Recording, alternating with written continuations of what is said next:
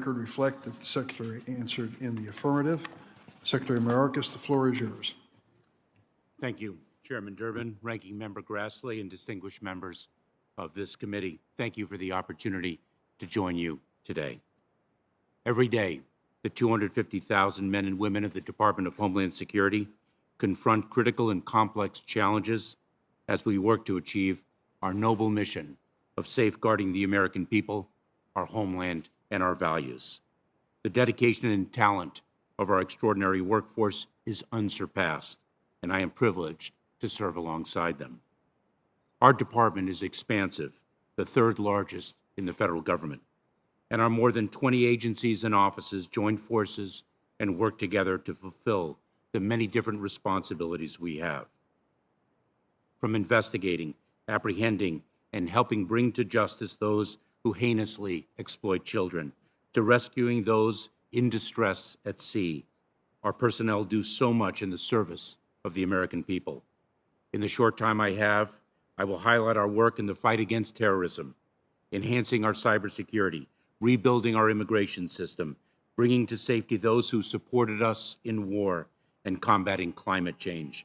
I look forward to speaking of so much more in response to your questions. First, our work in the fight against terrorism. Over the years, we have built a rigorous and multi-layered security, screening, and vetting architecture to combat the evolving terrorist threat. We remain ever vigilant in protecting our homeland from foreign terrorists seeking to do us harm, while combating homegrown and domestic violent extremists who now pose the most significant and persistent terrorism-related threat facing our country. Last week, we issued our fourth National Terrorism Advisory System Bulletin in line with our commitment to communicate with the American public about the evolving threat landscape facing our homeland today. Over the past 9 months, we established a dedicated domestic terrorism branch within our Office of Intelligence and Analysis, launched the Center for Prevention Programs and Partnership to provide communities with evidence-based tools to prevent individuals from radicalizing to violence, and redoubled our efforts to share timely and actionable information with our partners across every level of government. This year, for the first time, we designated combating domestic extremism a national priority area in our FEMA grant programs, resulting in at least $77 million being spent on capabilities to detect and protect against this threat nationwide. Second, as cyber threats have grown, so have our efforts to strengthen our nation's cybersecurity resilience and protect our critical infrastructure. Ransomware incidents have been on the rise, with victims paying an estimated $350 million in ransoms last year, a 311% increase over the prior year. This summer, alongside other federal partners, DHS launched StopRansomware.gov, the first whole-of-government website to combat ransomware by helping organizations of all sizes mitigate their risk and increase their resilience. Through CISA, our nation's cybersecurity quarterback, we announced the creation of the Joint Cyber Defense Collaborative, a public-private partnership that will prevent and reduce the impacts of cyber intrusions and ensure a unified response when they occur. 2 weeks ago, CISA issued a binding operational directive requiring federal civilian departments and agencies to protect against more than 250 known cyber vulnerabilities. TSA issued 2 new security directives to better protect our nation's critical pipelines, and the agency continues to explore additional steps to expand protections for surface transportation, aviation, and rail transit entities. CISA and our Office of Intelligence and Analysis are working with all 50 states, local jurisdictions, and election technology experts to keep our elections secure.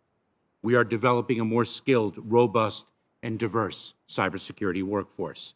In May, we initiated the department's largest and most successful cybersecurity hiring initiative in its history. Yesterday, we launched the DHS Cybersecurity Service to enable our department to better compete for top-tier and mission-critical cybersecurity talent. Third, we are addressing irregular migration and working to rebuild a safe, orderly, and humane immigration system. The challenge of doing so is made more difficult by the ongoing impacts of the COVID-19 pandemic and a system that was decimated by the prior administration. We must invest in addressing root causes, creating legal pathways, and ensuring swift adjudication of asylum claims. The immigration system, though, is fundamentally broken, a fact that everyone agrees upon. Congress must pass legislation to fix it. In the meantime, we are taking action within our authorities. We are enforcing our immigration laws, including those of accountability and humanitarian relief. We are enforcing expedited removal, operating repatriation flights, and investigating and disrupting the smuggling and drug trafficking organizations. We have leveraged FEMA's coordination capabilities, activated our volunteer force of employees from across the department, and expanded our processing capacity. We have proposed a new regulation to streamline the asylum process to fairly and efficiently adjudicate claims, resulting in the prompt approval of those who qualify and the prompt removal of those who do not. We are expanding safe and legal pathways, such as the Central American Minors Program and the Haitian Family Reunification Program. We increased the number of H-2B visas available for fiscal year 2021, creating the opportunity for individuals to work legally and on a temporary basis in the United States in positions that would not otherwise be filled. We also added 6 new countries to the list of those eligible for H-2A and H-2B temporary worker visas. We are acting to protect dreamers by preserving and fortifying the Deferred Action for Childhood Arrivals policy.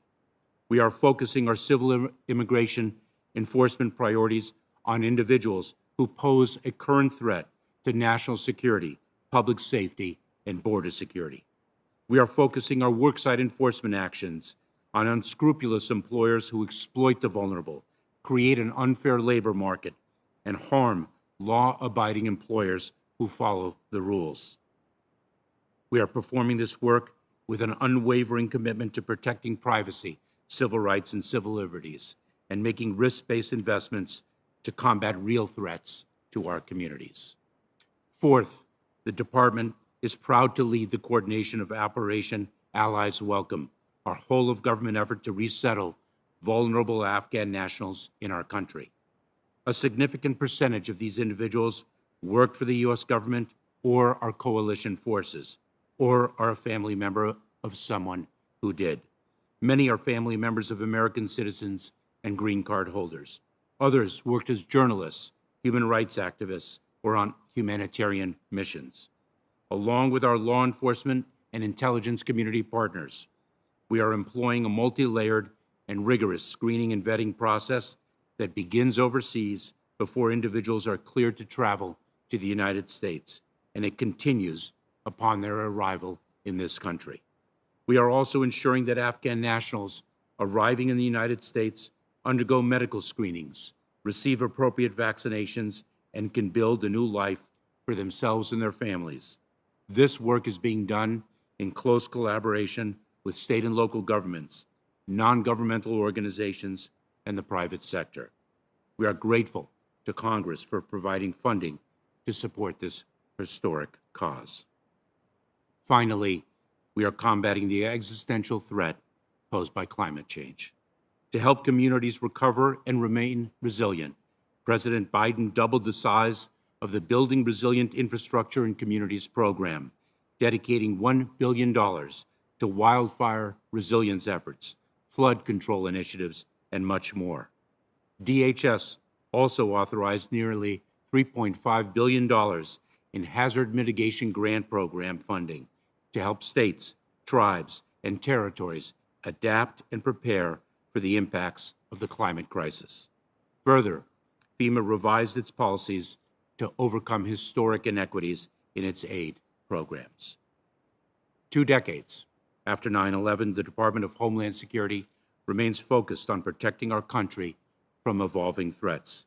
We can execute this critical mission because of our incredible workforce and our key partners, the members of this committee, our allies abroad, the private sector, non-governmental organizations, and local communities.